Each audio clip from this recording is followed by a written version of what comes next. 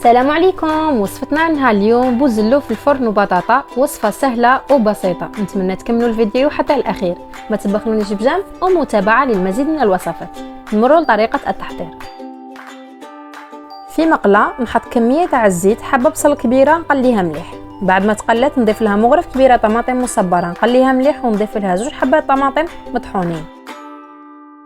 نضيف ورقه تاع رند، رشه حرور، راس الحانوت، فلفله حمراء، كركم وكمون. نقسلها ونخليها تطيب. بعد ما طابت نضيف لها رشه تاع المعدنوس ونطفي عليها. بوزلوف بعد ما غسلتها مليح نحطها في كيكوطه يغلي 10 دقائق، ونعاود نبدل لها الماء.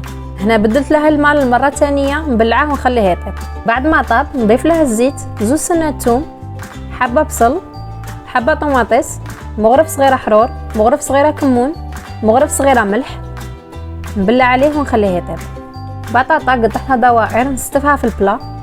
وبعد ما طاب البوزلوف نحيت منه هذه المرقه، نضيفها شويه البطاطا وندخلها الفرن طيب. البوزلوف نحيت له كامل عظومه ونوجد له لا ماريناد. حطيت شويه من مرقه تاع بوزلوف، مغرف صغيره كمون، مغرف صغيره فلفله حمراء، 2 سنات ثوم. نخلطهم ونضيفهم للبوزلوف.